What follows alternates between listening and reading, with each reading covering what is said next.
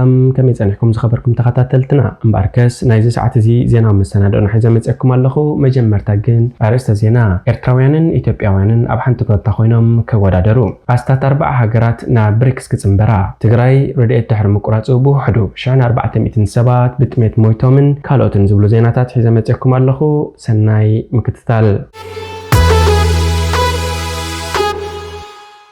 تግራይ ردئت تحر مقراصو بوحدو شان 400 سبات بتميت مويتوم اب تግራይ ردئت بسنك سرقي تحر مقراصو بوحدو شان 400 سبات بتميت كم زموتو حدا بعل سلطان غليصو بروجرام مغبي حبرات هاجرات WFP كمون تكال ردئت امريكا USAID ابور حكم بوتيم ناب تግራይ زقربو ناي مغبي حاجز دوبيلوم سب مزي تግራይ دحر زغبرو مرمرا اب تسرق استوافره 500 سبات زلو حدا غجل مركابهم اتبعل سلطان نبي بيسحبيرو اب تግራይ بسنك استخايدو كينات اب 2021 عصبو زمسل كنتات تخاسيتو باري ذكر لو خبرت افريقيا بريزيدنت نيجيريا نبر اوليسينغو ابيسانجو اتنخلت عمت استخايد دمو كينات استات 600 سبات كم زموتو غليص نيرو موتتو ماي تاشعت سلامويان كينات تميتن حزرت مدهانيتن كم زخونه يماصنعت زحبرو بروجرام مغبي حبرات هاجراتن USAID بسنك تخينات نستاسي كباب 6 مليون نبرتي تግራይ ردئت كلكو كان تجمرو اتردئت تچاويو عبداغاتات شيت نهلاو دحر مرغاص اميوم نتحجز دوا بيلمو وابقال بروجرام مغبي حبرات هاجرات ابسومن نبيسي ابزحابه ريتو اتي جبناو نتفتات رئينا كم زير أنا خنسقدو أين خلن إلو USAID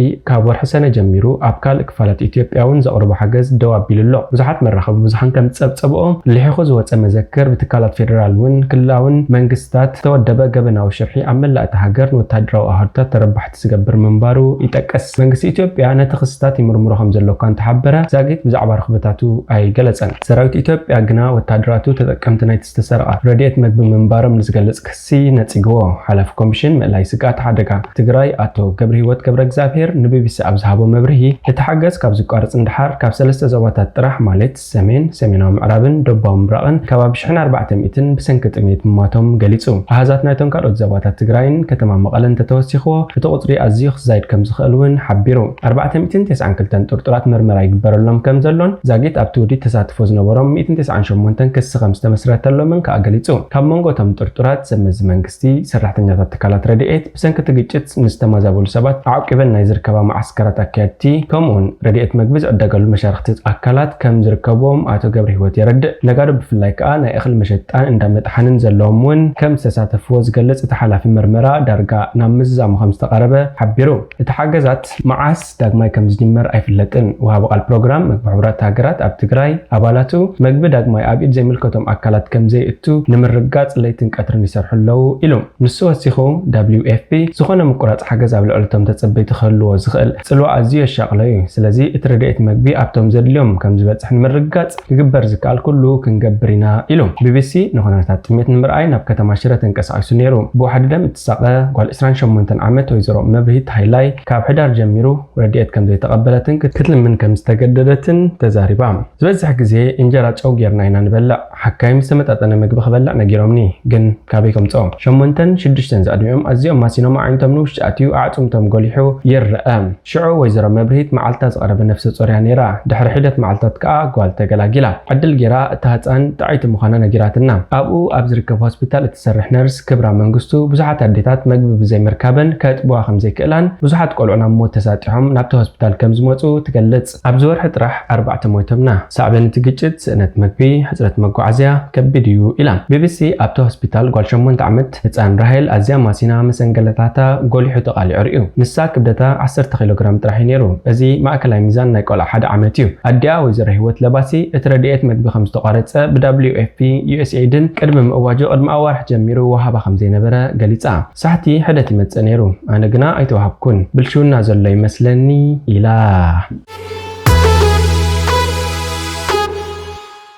إرتراويانن إثيوبياوانن أب حنت كانتا خوينم زودادرلو قددم بشكلتا ناي تحت 23 عام تور دي فرانس تباهيلو زغلت أب فرنسا زكايد تور دي لافينير كاب 10 كساب 27 حسا ككايديو أبز شمون تمدرخات زلو وددر أب تحت UCI كوينا تودادر سنتر مونديال دي سايكليسم بمخان كلتا إرتراويان حدا إثيوبياوي كلتا ألجيريانن حدا دوب أفريقا بحبار حنت كانتا حيزم كودادر يوم أبنا UCI كانتا تحقيفون كاب زلو شامبيونا إرترا 2023 عود أمان أبنا تحت 23 عام شامبيون شامبيون ناي ولق ناي غزي وددر اخليلو عرفاينا اب ناي ولق ناي غزي وددر تحت 23 عام شامبيون افريكا 2023 زخونه اثيوبياوي كيارو غوران بحبر كوينوم حنت غانتا كودادريوم اتوم كاله مس ناي UCI غانتا بمخان اب غون عوت اخليلون كيان كوينوم زوادادرو الجيرياويان حمزه امارين عبد الكريم فوركوسن كوم خادب افريكاوي ترافيس لمانيوم ابزو وددر بلجيوم استراليا اوستريا كندا كولومبيا اسبانيا فرنسا بريطانيان زركبن 25 هاجراوين غانتاتات كساتفاين هاجراوت غانتا ኤርትራ ኣብ ዝሓለፈ ዓመት ኣብ ቱር ዲ ላቬኒር ተሳቲፋ መንባራ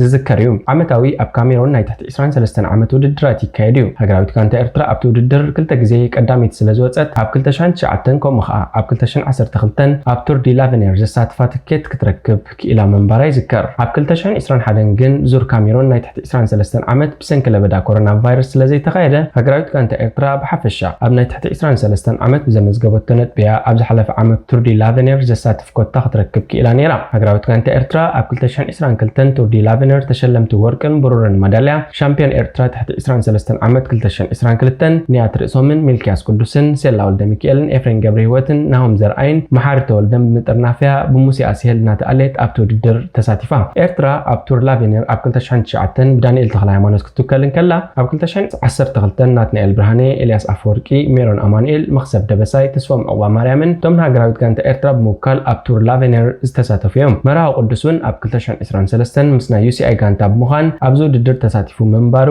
ዝዝከር እዩ ናይ ሎሚ ዓመት ቱር ላቬኒር 8 መድረኻት ዘለዎ ኮይኑ ቀዳሞት 2 መድረኻት ጎልጎል ሳልሰይትን ሻውዒትን መድረኻት 27 ኪሎ ሜትር ከምኡ ከዓ 11 ኪሎ ሜትር ዝሽፍን ናይ ጋንታን ናይ ውልቅን ናይ ግዜ ውድድር ከምኡ ከዓ 5 ተረርቲ ዓቐበታትን ሓውሲ ዓቐብን ዝሓዘ መድረኻት ዘለዎ እዩ ሻውዒት መድረኽ ተቐዳደምቲ ናይ ንግሆ ናይ ውልቂ ናይ ግዜ ውድድር ብምኻድ ናይ ምሸት ተረርቲ ዓቐበታት ዘለዎ 7 ኪሎ ሜትር ክሽፍኑ እዮም ብሓፈሻ ከዓ ኣብ 8 መድረኻት 900 ኪሎ ሜትር ክዝውር እዮም ኣብ 1961 ዝጀመረ ቱር ዲ ላቬኒር መድረኻቱ ምስ ቱር ዲ ፍራንስ መሳሰል ኮይኑ ንትሕቲ 23 ዓመት ዕድሚኦም ተቐዳደምቲ ዕድል ምሃብ ዝካየድ ውድድር እዩ ተቐዳዳማይ ሕብረት ሶቪየት ነበር ሰርጄ ስኮርጃንኮቭ እቲ እንኮ ኣብዚ ውድድር ክልተ ግዜ 1978 ከምኡ ከዓ ኣብ 1979 ዝተዓወተ ምዃኑ ሰነዳት ይሕብሩ ቱር ዲ ላቬኒር 2023 ንመበል 59 ግዜ ዝካየድ ዘሎ ኮይኑ ብዙሕ ግዜ ኣብ ቱር ላቬኒር ዝዕወትሉ ተቐዳደምቲ ኣብ ቱር ዲ ፍራንስ ክዕወቱ ምርኣይ ዳርጋ ልሙድ እዩ ንቱር ዲ ላቬኒር ካብ ዝተዓወትሉ ተቐዳደምቲ 15 ግዜ ተዓወትቲ ቢጫ ማልያ ቱር ዲ ፍራንስ ክኾኑ ምኽኣሎም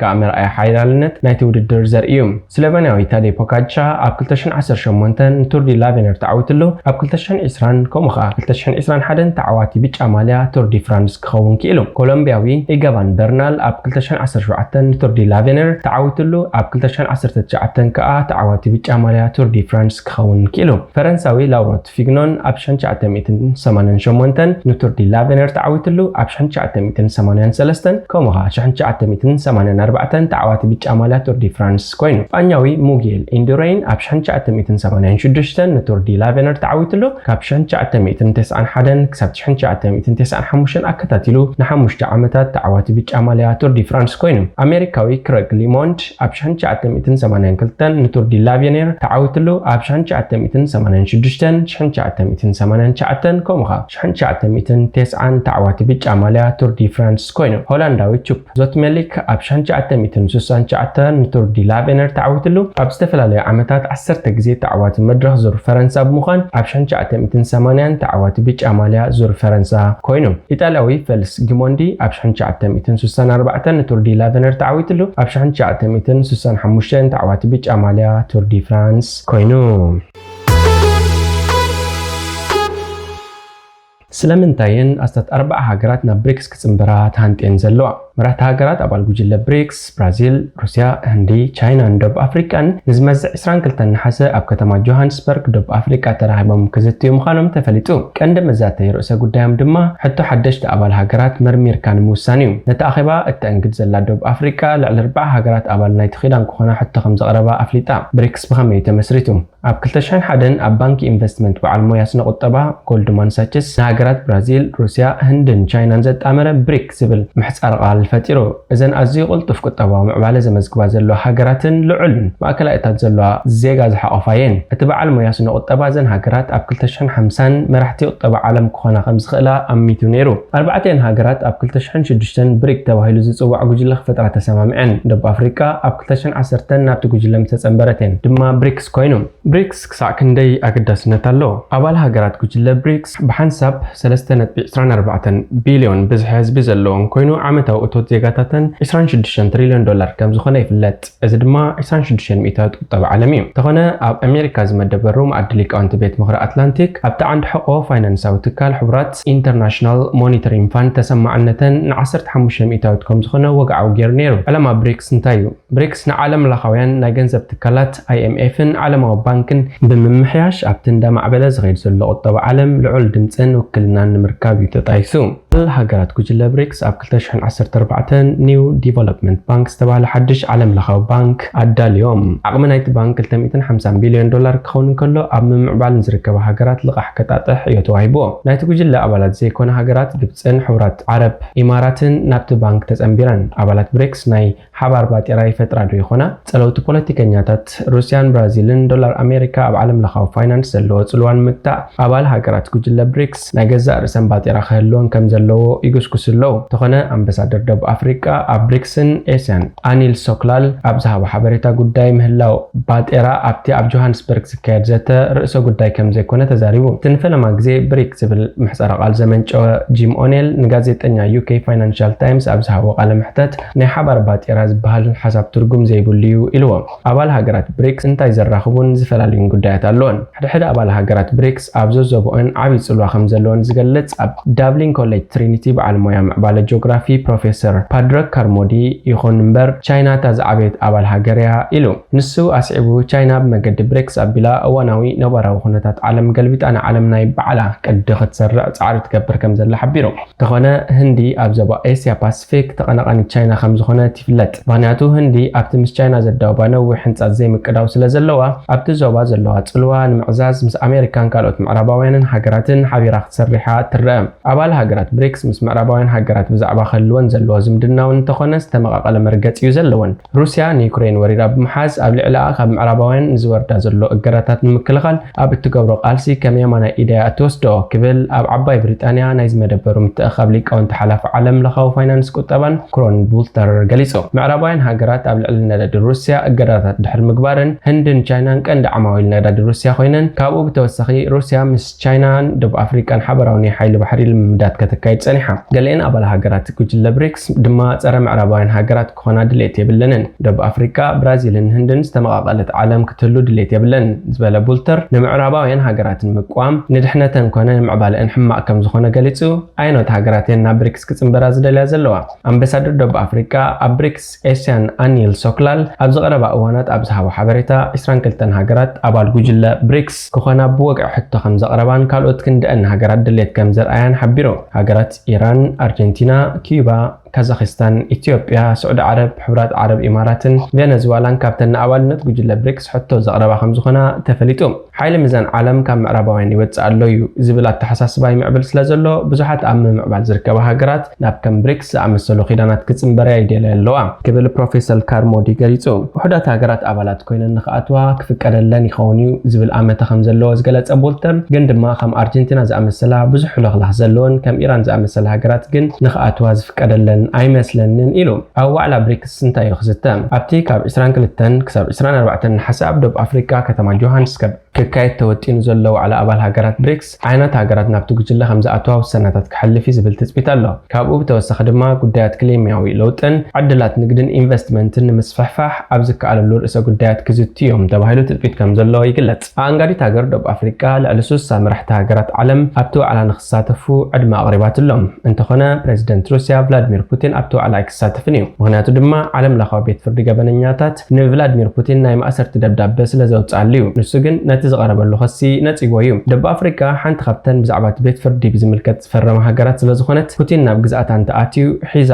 ከተቕርቦ ክትግደድ እያ። ፕሬዚደንት ፑቲን ኣብቲ ዋዕላ ብማንዛ ክሳተፍ ከም ዝኾነ ብምግላጽ ሚኒስተር ጉዳያት ወጻእቲ ሃገር ሰርጌይ ላቭሮቭ ግን ብኣካል ተረኺቡ ክሳተፍ ከም ዝኾነ ተፈሊጡሎ።